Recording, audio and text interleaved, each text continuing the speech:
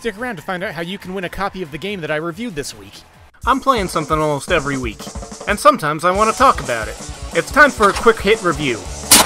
Or a vertical slice, if you will. So stick with me for some lightning reviews. This week, on the chopping block. This week I've been playing Hotshot Racing!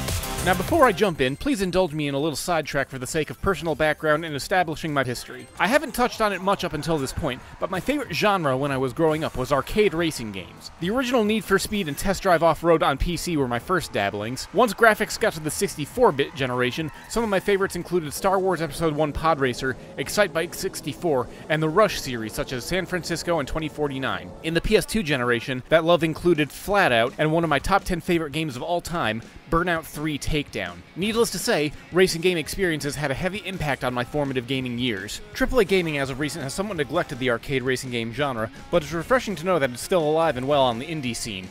Like IndyCar. Oh, just someone snapped my neck.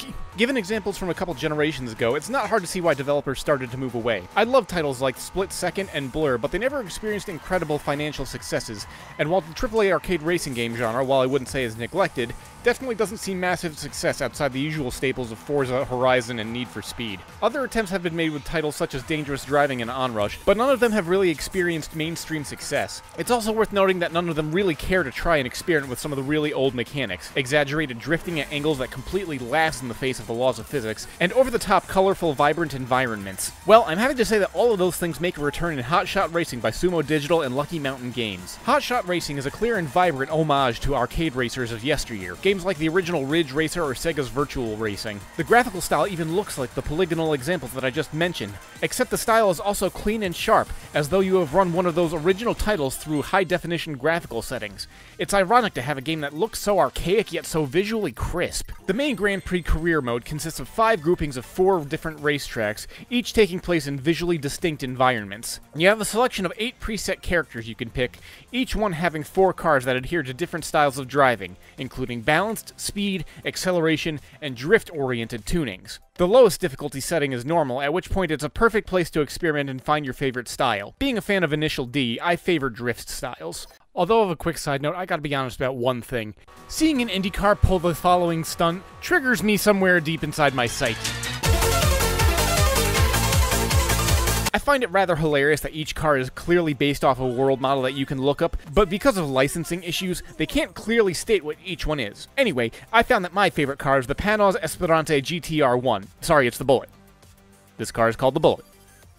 Nothing else. Each of the 8 characters has a little bit of a written background story, and if you complete the Grand Prix in the first place, you get a little cutscene. For a game like this, though, I want to say it's kind of like Doom, where the storyline is ultimately irrelevant, and the main aspect is to get immersed in the gameplay mechanics. Now, in years past, I would rock through the normal difficulty and call it a day, but Hotshot Racing is rather anemic when it comes to single-player content. Playing all the normal Grand Prix races in the career mode was completed in about an hour. Normal difficulty also didn't really offer that much of a meaty challenge. Sure, the opponents were definitely giving chase, but the only thing you really needed to care about or pay attention to was whether or not you had a nitro boost to use in the last 10 seconds of the race. So long as you had that, victory was basically guaranteed. However, if you want to get your money's worth out of the single-player campaign, you will definitely be going to the expert level races, and therein will lie a true challenge. Expert level will require mastery of a preferred driving style and particular familiarity with the behavior tendencies of your car. You screw up once, and it can cost you the entire Grand Prix, which won't allow you to restart an individual race. If you screw up and need to restart on the last lap of the 4th track,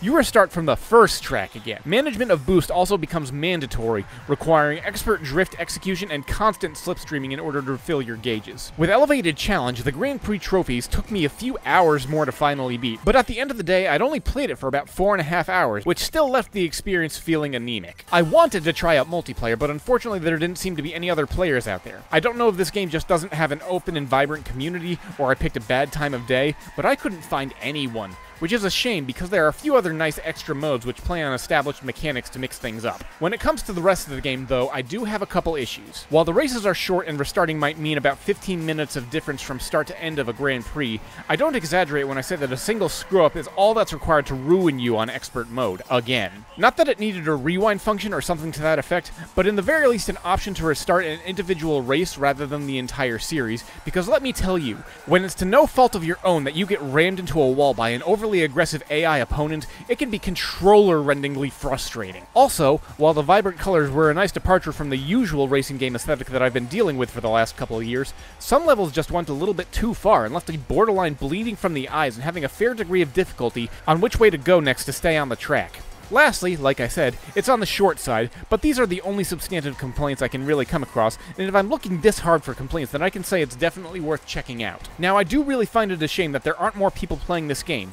If you are a fan of arcade racing games complete with exaggerated visual styles, time-extending checkpoints, and ridiculous over-the-top physics, then this game will check all your boxes. In the end, I like this game and think it's worth checking out. It's priced at about $20 when it's not on sale, but if you are genuinely interested in this game and don't have the money to try it out, then do I have an offer for you. Through various circumstances, I've acquired an extra copy of this game via Steam code, and am willing to give it away. If you're interested in this game, then all you have to do is leave a comment. Seriously, that's all. It doesn't really matter what you comment, whether or not you have a question about something I may not have touched on, what's something I could improve upon for my own videos, a suggestion for a future video review, or if you just want to make fun of my stupid face. All comments will be included, and once the winner is drawn, you're free to do with the game code what you wish. I'll decide the winner 1 week from publishing the video, with another video showing the drawing results. And also make sure you're subscribed, because I'll probably do this again in the future. So yeah, a short but decent game that I'm going so far as to be willing to give a copy away for someone who's willing to try it. So until next time, thanks for watching, and keep your head on your shoulders.